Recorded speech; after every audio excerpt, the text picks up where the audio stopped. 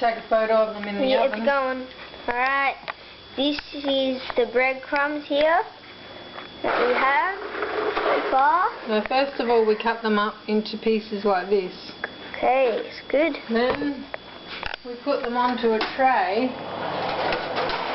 and put them in the oven. Okay. For about 10 to 20 minutes depending.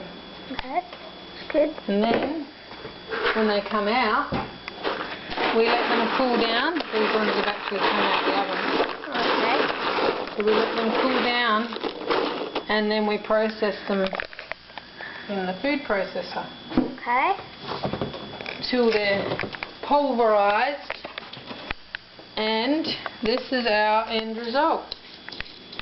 Looks very good. Looks cool. And now we have enough breadcrumbs for eternity. Because look at all the bread packets we had in the freezer.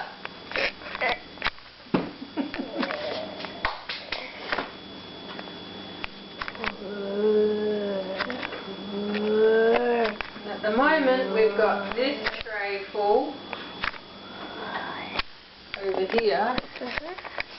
Got that tray full, that's just cooling down still. And this bag full.